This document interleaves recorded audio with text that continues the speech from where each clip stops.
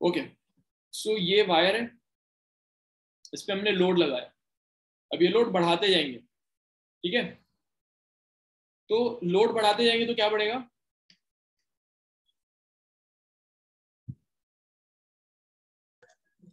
Stress. Stress. Stress का formula क्या होता है ऋषित? हाँ सर, स्ट्रेस का होगा F/A। हाँ, और strain? So it's like change in जो भी होगा इस बाय केस में क्या होगा? Original one. इस केस में क्या होगा? स्ट्रेन हाँ, स्ट्रेन का फॉर्मूला क्या होगा? प्रोबेबली लेंथ होगा ठीक है, Δ L/L। डेल्टा एल बाई, तो अभी stress will create some strain क्योंकि डेल्टा एल आएगा। तो पहले हमने बढ़ाना शुरू किया तो स्ट्रेस स्ट्रेन जो है एक प्रोपोर्शनैलिटी पे ऐसे स्ट्रेट लाइन पे जाएंगे, ठीक है। यहाँ पे इलास्टिक बिहेवियर है, ओके। ओके। या ओके। अब यहां तक इलास्टिक लिमिट है, बी तक।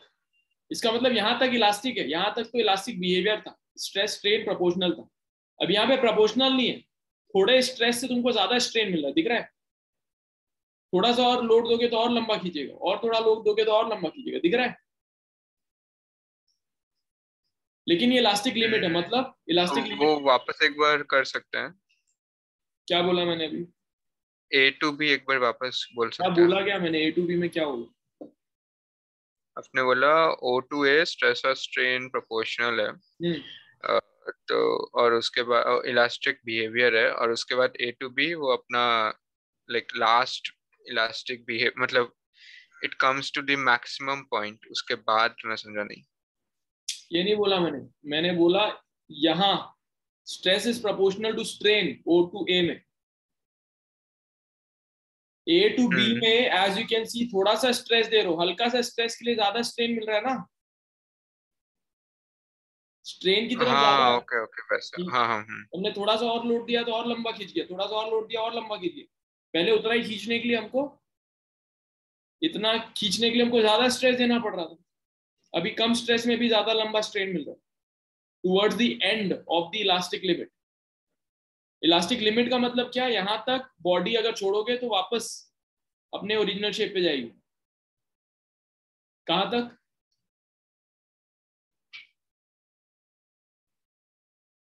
कहां तक? O/A। नहीं भाई, कौन से पॉइंट तक छोड़ोगे तो अपने ओरिजिनल शेप पे जाएगी?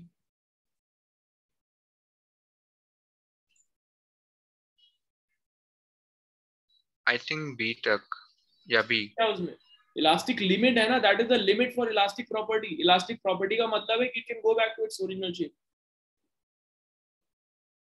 या तो इलास्टिक लिमिट बी तक है। अभी बी तक के लिए ओ टू ए एक पॉइंट है और ए, ओ टू ए एक बिहेवियर है और ए से बी एक बिहेवियर। ओ टू ए जो बिहेवियर उसमें stress is proportional to strain, that is called elastic behaviour, ठीक है। दिस इज प्रोपोर्शनल लिमिट, क्यों? क्योंकि यहीं तक प्रोपोर्शनल था स्ट्रेस और स्ट्रेन, इसके बाद प्रोपोर्शनल नहीं है, ठीक है। ओके। आया समझ में? लेकिन यहां तक इलास्टिक है, got it? Yes I understood that. अभी बी के बाद क्या हो जाएगा? इलास्टिक नहीं रहेगा तो क्या हो जाएगा? प्लास्टिक बिहेवियर, हाँ, वो ये वापस नहीं प्लास्टिक आएगा बिहेवियर शेप है, में। Plastic deformation. उसके बाद क्या आएगा? फ्रैक्चर पॉइंट, यहाँ पे वो टूट जाएगा।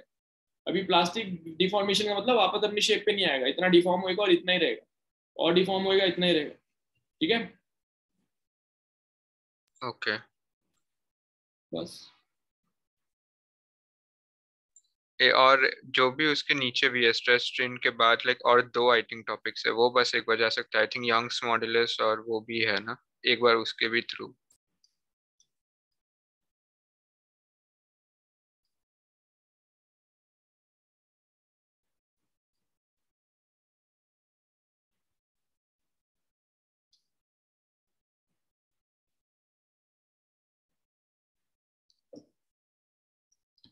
जब लेंथ वाइज खींच रहे हैं,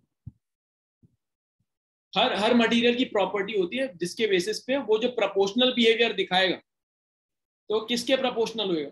अभी stress is proportional to strain, तो एक कोई कांस्टेंट आना पड़ेगा ना इक्वल टू करने के लिए। Stress is equal to something into strain, कोई कांस्टेंट होगा, तो वो उस बॉडी की प्रॉपर्टी है, उस मटेरियल की प्रॉपर्टी है। अगर हमने लॉन्गिट्यूडनल स्ट्रेस दिया तो स्टिल यंग्स मॉडुलस वाली प्रॉपर्टी प्ले में आती है। Young's modulus equal to longitudinal stress upon longitudinal strain. Get it? हाँ, I got the formula, but एक और बार could you explain what is Young's modulus? But सवाल क्या है तुम्हारा? मतलब वही चीज मैं रिपीट करूंगा तो मतलब नहीं ना, कि क्या समझ में नहीं आया ये बताओ ना तुम। What exactly it does? It is material property. अभी एक कॉपर को मैं खींचूंगा और स्टील को भी खींचूंगा और सेम दोनों में सेम स्ट्रेस दूंगा तो कितना स्ट्रेन आएगा मेरे को कैसे पता चलेगा? कॉपर की कुछ मटेरियल प्रॉपर्टी होगी जिसके हिसाब से वो एक पर्टिकुलर लोड के बाद वो इतना खींचता होगा, स्टील का दूसरा होएगा। तो क्या प्रॉपर्टी है? वो यंग्स मॉडुलस। तो मेरे को दोनों का यंग्स मॉडुलस पता होगा तो मुझे पता होगा कि मैं दोनों में सेम लोड दूंगा तो कितना स्ट्रेन क्रिएट होगा। Okay. आया? Yeah. तो ये तो दो मटेरियल हो गए, स्टील और कॉपर, जिनके वायर ऐसे बने हुए, ठीक है, जिसके कारण उसका यंग्स मॉडुलस से हमको पता चल गया। ये क्वेश्चंस करो ना भाई तो तुमको अपने हाथ में आ जाएगा।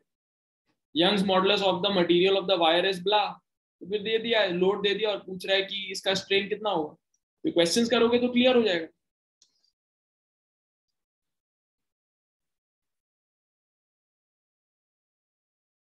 ओके, उसके बाद बल्क मॉडुलस। बल्क मॉडुलस मतलब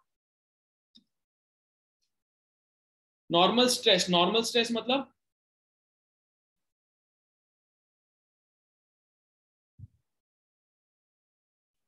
अच्छा, नॉर्मल normal stress मतलब it's like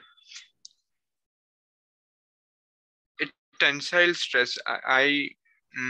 How do I say? It's like your forces. Normal I का mean you're मतलब क्या होता है applying भाई? इन F by फिजिक्स, A ही होता है। फिजिक्स में नॉर्मल का मतलब क्या होता है?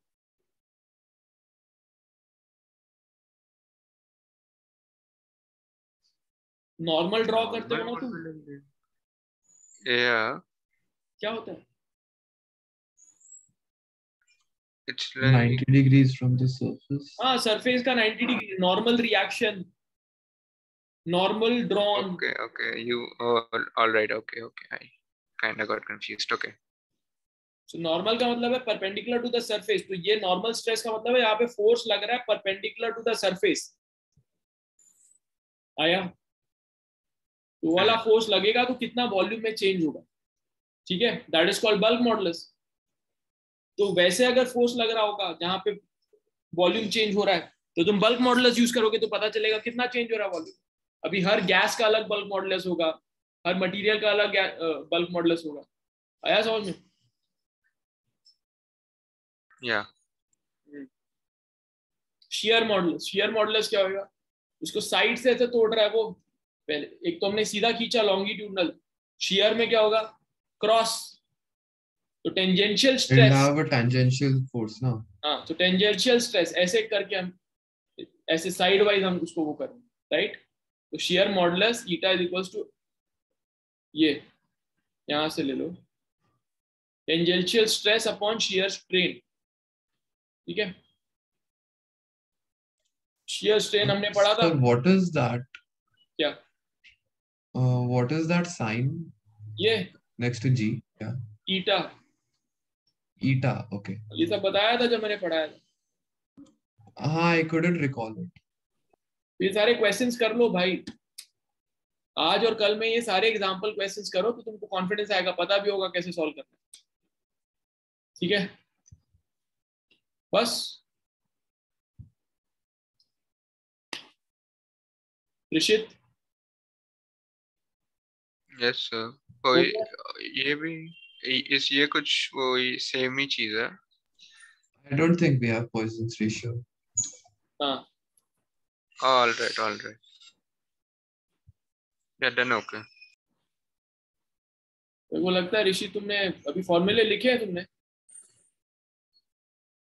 लिखा है सर, बट मैंने ये यंग्स मॉडुलस इसका नहीं लिखा था ना, क्योंकि मैं था ही नहीं वो क्लास में, तो वो पर्टिकुलर क्लास में मैं उस समय थोड़ा एब्सेंट था, तो इसलिए मुझे आपसे एक बार करवाना था ये कोई बात। बात नहीं, इट्स ओके। अगर तुम एब्सेंट है तो भी वो ये जो पीडीएफ है उसको पढ़ लो तो भी समझ में आ जाए।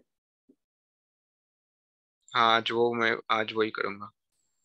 नहीं बट इतना टाइम पढ़ने पे मत लगाओ, बाकी सारी चीजों को भी सॉलिड नहीं नहीं, करो। लाइक एक बार पढ़ूंगा, अगर नहीं समझ आया तो पढ़ूंगा और क्वेश्चन बैंक सॉल्व करूंगा स्कूल का। ठीक है, ओके। और क्या डाउट था? Electrostatics. Properties of electric field lines. आप अगर जनरली उसको एक और बार करवा सकते हो 12th का।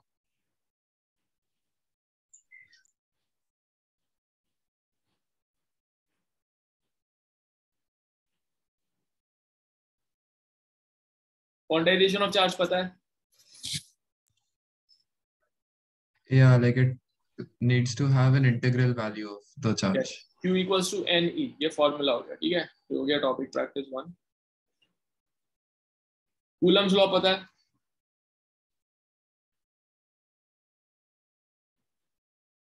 हाँ,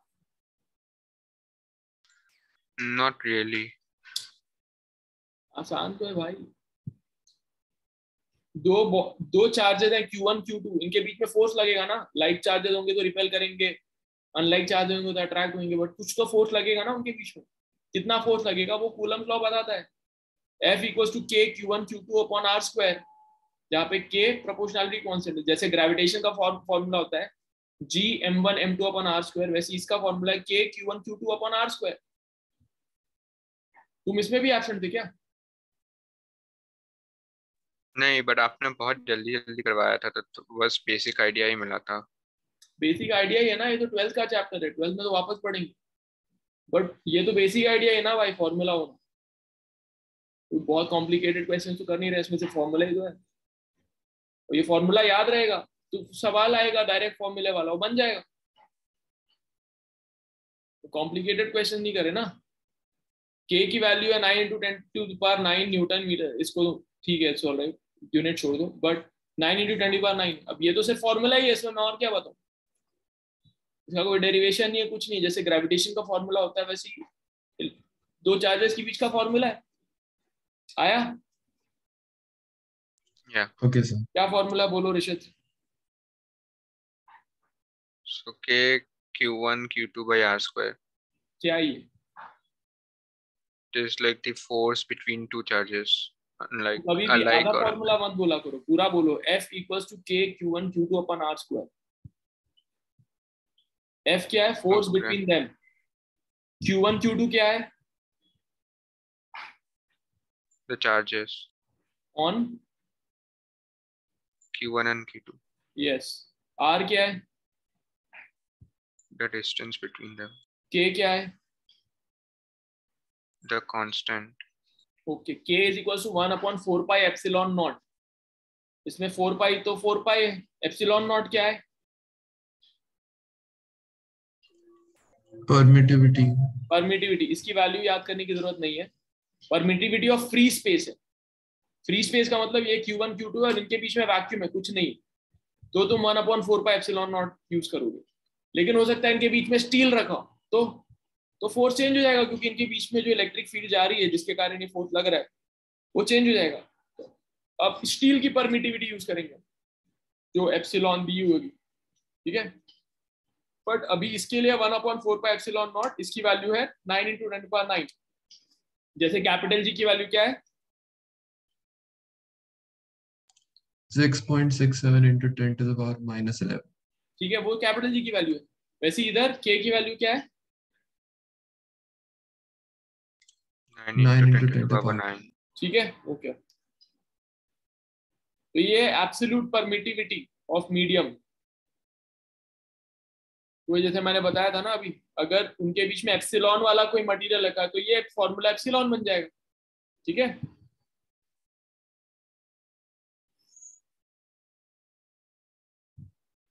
अभी जो मीडियम रखा हुआ हो सकता है उसका डाइलेक्ट्रिक कांस्टेंट दिया हो, तो तुम क्या करोगे? एफ मीडियम इज इक्वल, ये फॉर्मूला लिख लेना, small k Q1 Q2 upon R square upon capital k. Get it? जो जहां पे कैपिटल के is the dielectric constant.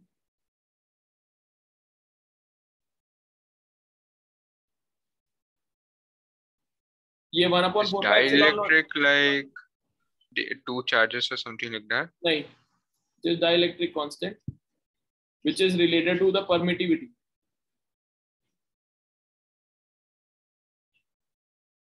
Okay. तो ये क्या था 1/4πε0 क्या था? स्मॉल के था ना ऊपर फॉर्मूले में. Yes sir. Yeah. Small k Q1 Q2 upon capital के R स्क्वायर. ये कोई मीडियम जिसका डाइलेक्ट्रिक कांस्टेंट कैपिटल के है, लिख लो इसको. डन.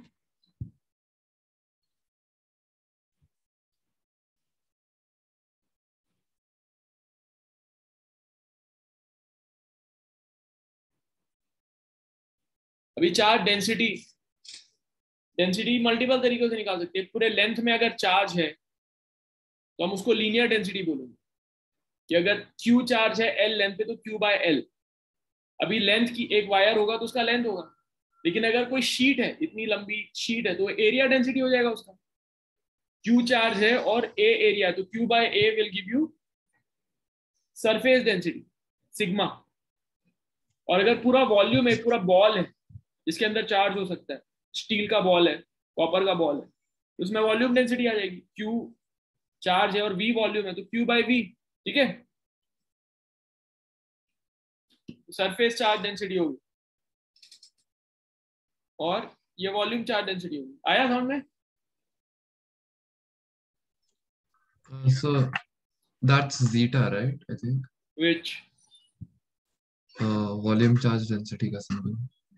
डेल्टा है ना, डेल्टा. Oh. So delta तो V की triangle ना. नहीं, डिफरेंशियल वाला भी होता है. अच्छा, ओके. ओके.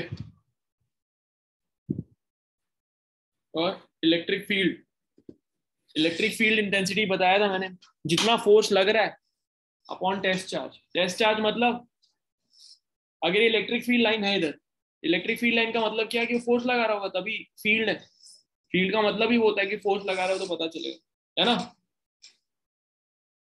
तो पता कैसे चलेगा वहां फोर्स लग रहा है? उसके ऊपर कोई चीज डालेंगे तभी तो फोर्स लगेगा उसके ऊपर. पानी बह रहा है तो तुमको पता ही चलेगा कितना पानी फोर्स लगा रहा है ना, तो तुम हाथ डालोगे तब पता चलेगा वो ज्यादा फोर्स लग रहा है कि कम फोर्स लग रहा है, राइट? तो यहाँ पे तुम एक टेस्ट चार्ज डालोगे टेस्ट करने के लिए किसके ऊपर कितना फोर्स लगा. तो अगर तुमने Q0 अमाउंट का टेस्ट चार्ज डाला वहां पे, उसके ऊपर F अमाउंट का फोर्स लगा, तो इलेक्ट्रिक फील्ड होगी F/Q0. आया समझ में? Yes sir. So this is just to find the intensity of the field. हाँ, इससे तुमको पता चलेगा इलेक्ट्रिक फील्ड कितनी स्ट्रांग है वहां पे. तो वहां पे एक टेस्ट चार्ज देखो कितना फोर्स लग रहा है, फिर बोलोगे F/Q0 is equal to electric field intensity. ठीक है? Got it.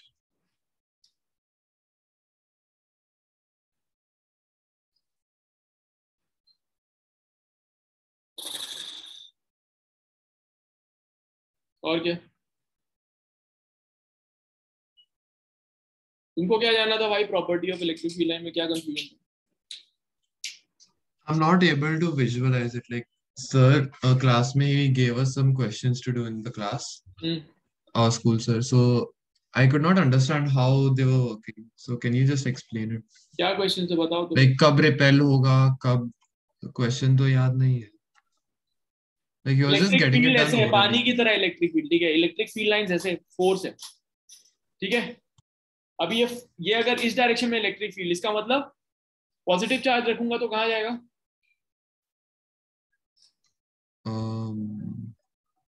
It's positive to negative, no? क्या positive to negative? I think the electric field like flows from positive to negative charge, no? तो अभी मैं पॉजिटिव चार्ज रखा तो किधर जाएगा? उल्टी साइड. उल्टी साइड क्यों जाएगा भाई? अगर मैं पॉजिटिव चार्ज रखूंगा तो नेगेटिव की तरफ जाएगा ना. Oh, हाँ. तो सेम डायरेक्शन में जाएगा इलेक्ट्रिक फील्ड के. Right. Electric field positive charge पे उसी के डायरेक्शन में फोर्स लगाता है. नेगेटिव चार्ज पॉजिटिव की तरफ जाएगा तो वो उल्टी डायरेक्शन में जाएगा नेगेटिव चार्ज. Yeah, okay. हो गया? और So that's it. हाँ, नहीं, तुम सवाल बताओ ना, क्या सवाल था जो तुमको नहीं समझ में आया, तभी तो मैं बताऊँ। The question I don't remember now. Photo वोटो नहीं खींचा? He was just doing it orally, and I wasn't able to understand like anything which was going on. Okay. Electric field lines start from positive and end at negative charges. Clear? Yes, sir. Tangent to any point on electric field line shows the direction of electric field at that point. अब electric field line अगर सीधा सीधा है तो हमको पता है कि इधर रखेंगे तो इधर सीधा जाएगा पॉजिटिव चार्ज, लेकिन अगर कर्व में होगा इलेक्ट्रिक फील्ड लाइन तो हम उस एक पॉइंट पे अगर हमने पॉजिटिव चार्ज रख दिया तो किधर जाएगा, इसके टेंजेंशियल डायरेक्शन पे जाएगा ना वो।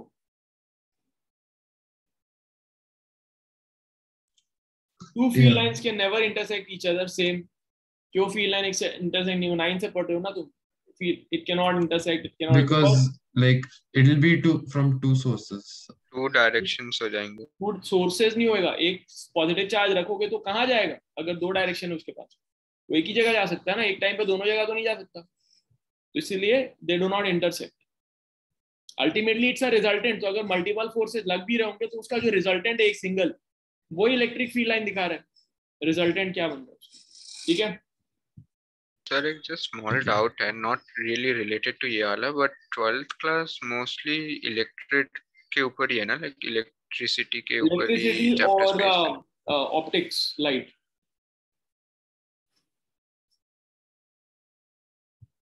हो गया? Okay okay.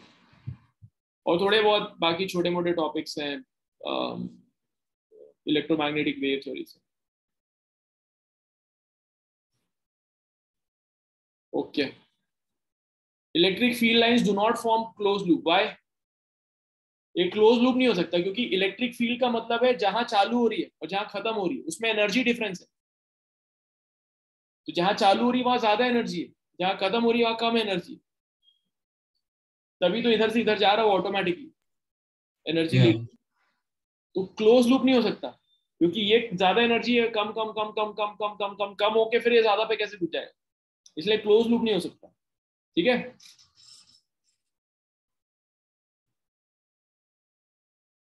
यस। और चार्ज कंडक्टर है तो उसके परपेंडिकुलर होगा, इसका मतलब अगर एक इलेक्ट्रिक फील्ड अगर तुमको स्टार की निकालनी है तो उसके परपेंडिकुलर जाएगी इलेक्ट्रिक फील्ड। ये शीट है तो उसके परपेंडिकुलर, ये बॉल है तो उसके परपेंडिकुलर निकलेगी इलेक्ट्रिक फील्ड। ठीक है Okay. क्योंकि वो रिपेल करेगा डायरेक्टली, तो परपेंडिकुलरली रिपेल करेगा।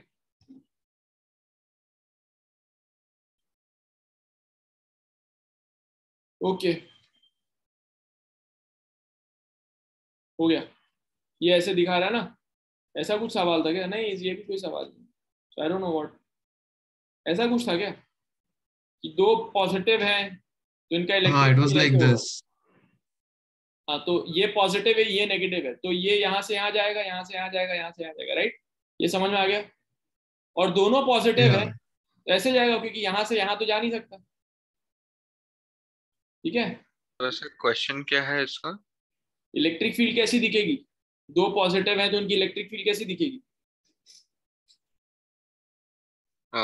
ओके, अब ये सवाल करेगा basically. why following curves cannot possibly represent electrostatic field lines। ये इसमें क्या इशू है भाई? इसमें क्या इशू है?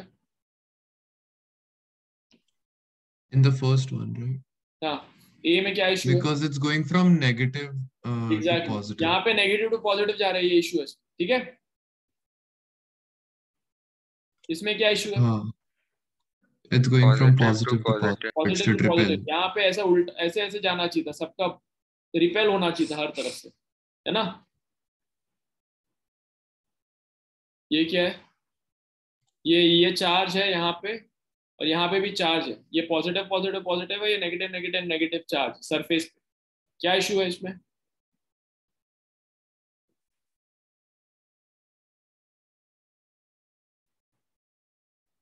क्या इशू है? ये टूट रहा है यहाँ पे, ये कंटिन्यूअस नहीं है, कंटिन्यूअस होना चाहिए, टूटना नहीं चाहिए क्योंकि यहाँ तक चार्ज आएगा फिर किधर जाएगा? गायब। तो it has to be continuous. ठीक है और यहाँ पे लूप बन गया, लूप नहीं होना चाहिए। ठीक है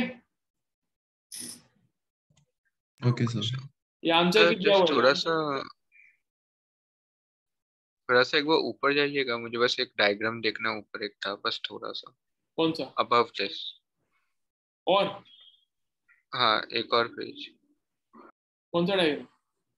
नीचे नीचे, ये वाला एक बार जस्ट देखना था, नीचे थोड़ा सा, ना हाँ ये वाला बस बस।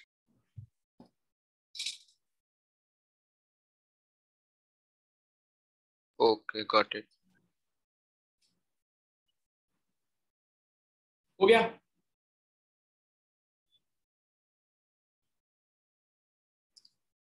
ये इंपॉर्टेंट है भाई।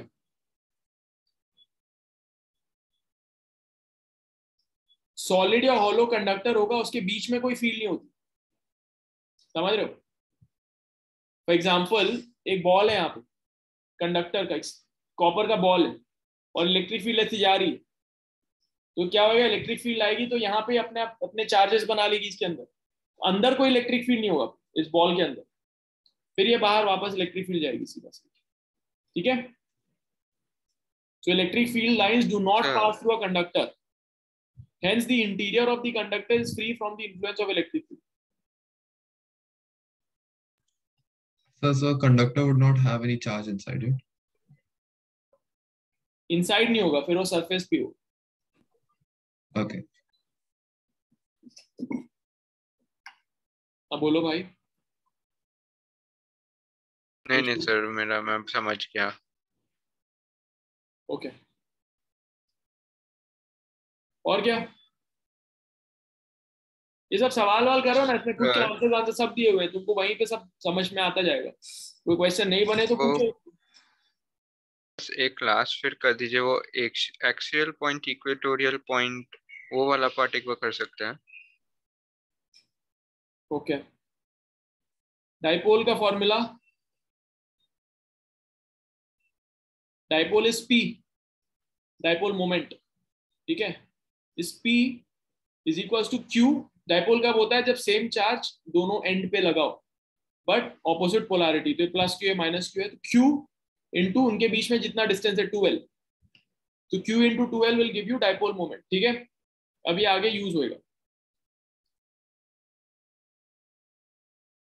अभी electric field due to this dipole in axial line, axial line मतलब इसका ये एक्सिस है, तो इसी एक्सिस पे आगे जाओगे तो कितना डाइपोल मोमेंट लगेगा, ठीक है?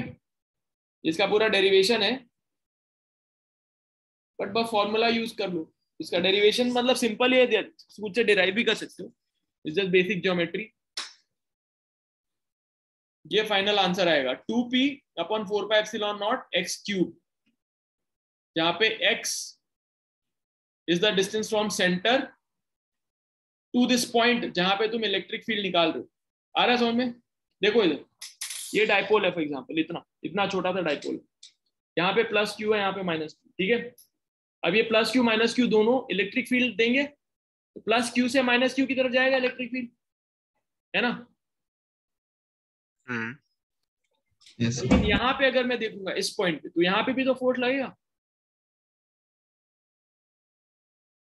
हाँ बट आई थिंक थोड़ा कम लगेगा ना। अभी भाई कम लगे ज्यादा लगे वो नहीं है, लगेगा ना, अब उसको क्वांटिफाई करेंगे यहाँ पे। तो इस पॉइंट के कारण ये प्लस क्यू है, तो यहाँ पे हमने एक टेस्ट चार्ज रखा है प्लस क्यू, ये प्लस क्यू है, ये माइनस क्यू, यहाँ पे हमने एक टेस्ट चार्ज रखा है प्लस Q1, तो ये प्लस Q1 के पास रिपल्सिव फोर्स इधर लगेगा, फोर्स किधर लगेगा, फोर्स ए की बी? बी कौन सा साइड था? बी इधर था, ए इधर था। ए लगेगा। Rishit? I honestly thought B लगेगा, but I guess A ही होगा। I'm not sure। तो डाउट है तो पूछो ना। तो यू थॉट, नहीं आप वापस एक्सप्लेन करने ही वाले थे ना वो पार्ट, तो मैं वही रुक रहा। तुम मुझे बताओ क्यों तुमको लगा बी लगेगा? I thought वो पॉजिटिव से नेगेटिव जाएगा थोड़ा सा ना। ये अच्छा पॉजिटिव है, wait, that is as a positive है ना वहां पर। हाँ ये देन पॉजिटिव है, नहीं। रिपेल करेगा ना, तो ए लगेगा, या ठीक है? और ये नेगेटिव के कारण किधर लगेगा फोर्स? डी। क्योंकि नेगेटिव है पॉजिटिव, या किसका फोर्स ज्यादा होगा? पॉजिटिव का ज्यादा होगा कि नेगेटिव का ज्यादा होगा? positive, right? Because क्योंकि वो it's पास है, closer to it. तो ये नेगेटिव वाला थोड़ा दूर है तो उसका कम फोर्स होएगा, है ना? Right. तो ओवरऑल ए की तरफ ही लगेगा थोड़ा फोर्स, ए माइनस बी फोर्स लगेगा ना भाई, नेट फोर्स। तो यहाँ वही लिखा है, ये देखो, ए नेगेटिव है, बी पॉजिटिव है, तो बी इधर लगा, ए इधर लगा, बी थोड़ा ज्यादा है फोर्स, ए कम है, तो नेट फोर्स कितना लगेगा? ई बी माइनस ई है। आया? तो बस वही कर लिया, ई बी माइनस ई निकाल लिया, तो ये आया फाइनली फॉर्मूला। इसको you guys can note it down, अभी क्लास के बाद खुद से इस पेज पे जाना और इस डेरिवेशन को नोट कर लेना, तो आ जाएगा समझ में, कोई कॉम्प्लिकेशन नहीं है इसमें, बेसिक मैथमेटिक्स है, ठीक है? आया? Okay, Yes, sir. फाइनली ये फॉर्मूला याद होना चाहिए कि अगर डाइपोल है तो उसकी एक्सियल पोजीशन पे कितना इलेक्ट्रिक फील्ड इंटेंसिटी लगेगा, that is 2p/4πε0 x³। Equatorial line क्या होता है? ये अगर ये एक्सिस है इसका, तो ये इसका इक्वेटर हो गया, ठीक है? अब यहाँ पे कोई पॉइंट है तो यहाँ पे कैसे फोर्स लगेगा? यहाँ पे पॉजिटिव चार्ज है, ये पॉजिटिव चार्ज है, नेगेटिव चार्ज है, इस पॉजिटिव का इस पॉजिटिव पे ऐसे रिपल्सिव फोर्स लगेगा इधर, ठीक है? इधर रिपल्सिव फोर्स लग रहा है, दिख रहा है, समझ में आ रहा है? और ये नेगेटिव वाले का इधर अट्रैक्टिव फोर्स लग रहा है, ठीक है? तो अभी ई बी लग रहा है, ई ए लग रहा है, तो उसका नेट रिजल्टेंट फोर्स इधर कहीं लगेगा बीच में, तो बस वेक्टर एडिशन करके निकल जाएगा। अगर ये थीटा है तो ये थीटा हो गया, ये वाला भी थीटा हो गया, ठीक है? आया समझ में? Yes sir. तो यहां से वो भी निकल जाएगा, E net force is equal to E A plus E B in vector form, तो यहां से निकालोगे तो आएगा p/4πε0 x³। तो एक्सियल में आया था 2p/4πε0 x³, और इक्वेटोरियल में आया है p/4πε0 x³। तो यहाँ पे डबल फोर्स लग रहा है, किधर? एक्सियल, और इक्वेटोरियल में सिंगल लग रहा है, p/4πε0 x³। ये देखो, e axial upon e equatorial is equal to 2, so e axial is 2 times e equatorial. Got it? Yes sir. Sir, dipole cannot be negative. Dipole में तो दोनों चार्ज है ना भाई, एक पॉजिटिव क्यू एक negative Q. No, because there's a mod over there, no, that's why. Mod का मतलब p की वैल्यू क्या है? If it's like p mod, then it'll open as positive. p की वैल्यू क्या है ये पूछ रहा हूँ मैं, फॉर्मूला क्या है p का? P is Q2L. QTL. q into 2L. हाँ, 2l is the distance between them, l is not the distance, उससे और डबल मत कर देना, 2l is the distance between them, ठीक है? तो अभी q क्या है उसमें? q is the charge on each, एक में पॉजिटिव एक में नेगेटिव है। पिछले मॉडुलस लिया तुमने, नहीं तो तुम नेगेटिव लोगे कि पॉजिटिव लोगे? ओके। फिर हो गया? ये सब तो नहीं है तुम्हारे कोर्स में? No, this is not it. तो बस हो गया, और क्या, खत्म। वो शीट पर है, लाइक वो शीट एंड Gauss law के applications. Yeah, Gauss laws, yeah. तुम्हारे क्लास स्कूल वाले सीरियसली भाई 11 नहीं पढ़ाते और 12 का पढ़ाते, या तो फिर प्रॉपर्ली पढ़ाना चाहिए ना। ये सर हमें भी उतना ही गुस्सा आता है, कॉम्प्लिकेटेड चैप्टर्स पे 1 महीना देना चाहिए कम से कम, तो हड़बड़ी में पढ़ा के क्या मतलब है, फालतू में स्ट्रेस क्रिएट करते हैं। ओके, इलेक्ट्रिक फ्लक्स बताया था ना, electric field line passing through an area, ठीक है? Perpendicular lines passing through an area, अगर ऐसे जा रहा है तो इसका प्रोजेक्शन लोगे कि ये अगर इलेक्ट्रिक फील्ड ऐसे जा रहा है तो इस पे ये वाला कितना जा रहा होगा ऐसे, तो ultimately E dot ds dot product electric field dot area vector will give you electric flux. कोई भी फ्लक्स, मैग्नेटिक फ्लक्स में magnetic field dot ds, electric flux में इलेक्ट्रिक फील्ड डॉट ds, सो ई ds cos थीटा, ds इसमें है area vector, area vector किधर होता है, area के परपेंडिकुलर होता है, नॉर्मल टू दी एरिया, ठीक है, वो एरिया का वेक्टर होता है। आया, फ्लक्स हो गया। Gauss theorem, electric flux is equals to q upon epsilon naught in a closed space, ठीक है। So the surface integral of the electric flux intensity over any closed surface called Gaussian surface in free space is equal to 1 upon epsilon naught times the net charge enclosed in the surface। अभी इसका मतलब क्या हुआ, ये अंदर Q not charge है for example, ठीक है, या Q चार्ज। अब इससे मेरे को इलेक्ट्रिक फील्ड देखना है कितनी जा रही, तो मैं क्या करूंगा, एक इमेजिनरी सरफेस बना लूंगा उसके अराउंड, ठीक है। और अब ये जो इसकी इलेक्ट्रिक फील्ड निकल रही होगी ऐसे, उसको देखूंगा मैं कि ये सरफेस के थ्रू कितना फ्लक्स क्रिएट कर रही हो, तो E डॉट ds, ठीक है। अभी अगर E ऐसे जा रहा है और इसका एरिया ऐसे, यहाँ पे सरफेस ऐसा और इलेक्ट्रिक फील्ड ऐसा जा रहा है, तो इलेक्ट्रिक फील्ड और एरिया के बीच में कितना एंगल बन रहा है, इलेक्ट्रिक फील्ड ऐसे कितना बन रहा है, 90। बार बार मैंने बोला था एरिया वेक्टर का वेक्टर किधर होता है इसका,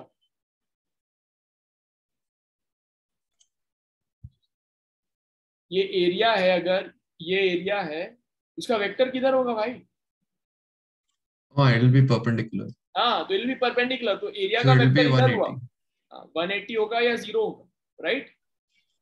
Yeah. तो cos 0 कितना होता है, 1. 1। तो यहाँ पे E ds will give you E into area directly, क्योंकि cos थीटा 1 हो गया, तो इट्स इजी। जब हम ऐसे ऐसे कोई स्पेस, अगर हम फिक्शनल स्पेस ही बना रहे हैं, यू नो इमेजिनरी स्पेस बना रहे हैं, तो ऐसा स्पेस बनाए जहाँ पे इलेक्ट्रिक फील्ड इसके परपेंडिकुलर ही जा रही हो एरिया की, तभी इसको मल्टीप्लाई करना आसान होगा हमें। तो हम एक ऐसा एक सरफेस बना लेंगे जहाँ पे इलेक्ट्रिक फील्ड परपेंडिकुलर जा रही हो उसके, या तो पैरेलल जा रही हो, ये एरिया है और यहाँ से इलेक्ट्रिक फील्ड जा रही है, तो उसमें 90 हो गया, इलेक्ट्रिक फील्ड और एरिया वेक्टर का बीच का एंगल 90 हो गया ना। Yeah. तो cos 90 0, तो यहाँ पे E डॉट ds 0 बन गया, राइट। तो हमको ऐसे सरफेस बनाना चाहिए जहाँ पे सरफेस इज इधर परपेंडिकुलर और पैरेलल टू इलेक्ट्रिक फील्ड, फिर हम उसको टोटल फ्लक्स निकालेंगे और that total flux will be equal to Q, जो Q चार्ज अंदर है, अपॉन एप्सिलॉन नॉट। तो उससे हमको पता चल जाएगा कि इलेक्ट्रिक फील्ड कितनी आ रही है उस जगह पे जहां पे हमने इमेजिनरी सरफेस बनाया, ठीक है। जैसे कि ये देखो प्लस Q चार्ज यहाँ पे, ये प्लस Q चार्ज है। अब हमको देखना है कि यहाँ पे इलेक्ट्रिक फील्ड कितना जा रहा हो, इतना देखना हमको, ठीक है। तो हम क्या करेंगे कि इमेजिनरी सरफेस हमने स्फीयर बना दिया, अब हर जगह इलेक्ट्रिक फील्ड उतनी होगी, हर पॉइंट पे स्फीयर पे जहां जहां पे भी इलेक्ट्रिक फील्ड यहाँ से निकलेगी तो E के जितनी होगी, क्योंकि डिस्टेंस सेम है, स्फीयर बनाया हमने, इसको सेंटर पे रखते हुए, right right. Yes, sir. Yes sir। तो E डॉट ds कितना होगा, यहाँ पे E तो E है, और टोटल सरफेस एरिया कितना है स्फीयर का, pi r Yes. square। 4 pi r square मेरे भाई, स्फीयर है ये, स्फीयर। Oh हाँ सॉरी, स्फीयर या 4 pi r square, so E into 4 pi r square is equals to Q upon epsilon naught। तो E की वैल्यू क्या आ जाएगी, ये देखो क्या बोला मैंने अभी, E into 4 pi r square is equals to Q upon epsilon naught, right. ये तो उल्टा प्रूफ कर रहा है कि Q upon epsilon naught होता है, ये प्रूफ कर रहा है, बट हम E निकालेंगे तो E की वैल्यू क्या आ जाएगी, Q upon 4 pi r square epsilon naught, ये आ जाएगी ना E की value, Q upon 4 pi r square epsilon naught, ये हो गई ना Q की E की वैल्यू, तो वही होती है एट एनी पॉइंट R, इस Q के कारण जो E बनेगा that is equals to Q upon 4 pi epsilon naught R square, वही हमने अभी प्रूफ किया गॉस लॉ से, गेट इट। वैसे यहां पे अगर हमको निकालना है, ये एक इनफाइनाइटली लॉन्ग वायर है, तो हमको जानना है कि यहाँ पे E की वैल्यू कितनी होगी, तो हम क्या करेंगे, एक ऐसा सिलेंडर बना लिया हमने, तो यहाँ पे E की वैल्यू E है, तो यहाँ पे भी E होगी, यहाँ पे भी E होगी, क्योंकि सेम डिस्टेंस पे, R डिस्टेंस पे, और यहाँ पे ये वाले एरिया के साथ वो तो पैरेलल है, तो यहाँ पे 0 हो जाएगा। Get it? E dot D S यहाँ पे 0 हो जाएगा, समझ रहे हो? क्योंकि सिलेंडर है ना ऐसे, यहाँ ई भी जा रहा है, यहाँ पे ये एरिया भी है, तो ये तो 0 हो गया इसका। और ये जो सिलेंडर का ये वाला पार्ट है, यहाँ पे ई डॉट डी एस कैसे निकालोगे? ई इंटू, अब इसका कर्व सरफेस एरिया कितना है? तो कर्व सरफेस एरिया हो जाएगा 2 pi R into L. Get it? Hello? Yes sir. तो ऐसे ऐसे करके निकालना, तो देखो आगे यहीं पे डिराइव करोगे तो आ जाएगा, सब कुछ समझ में आ जाएगा। सो गो थ्रू इट। हो गया? खत्म? यस ठीक है। We only have it till the plate sheet part. ठीक है फिर जाओ इसको देखो, वापस से करो एंड डू क्वेश्चंस। सबसे पहले तो फॉर्मूले कर लो, डेरिवेशन कर लो, ठीक है? उसके बाद जो एग्जांपल क्वेश्चंस है, एटलीस्ट टॉपिक प्रैक्टिस के जो क्वेश्चंस है वो कर लो, तो तुमको कॉन्फिडेंस आएगा, समझ में भी आएगा कि कैसे करते हैं क्वेश्चंस को। Specially for the topics where you are not confident, उनको अभी कर लो आज, फिर कल सिर्फ रिवाइज करना जो जो टॉपिक्स तुमको टफ लगे, ठीक है? Okay, sir. और सर ये रिकॉर्डिंग आप आज ही भेज सकते हैं? ठीक है, अभी भेज दूंगा, अभी करता हूँ, ठीक है? ओके सर, चलो, okay, bye. Thank you Thank you, सर। sir. Have a nice day.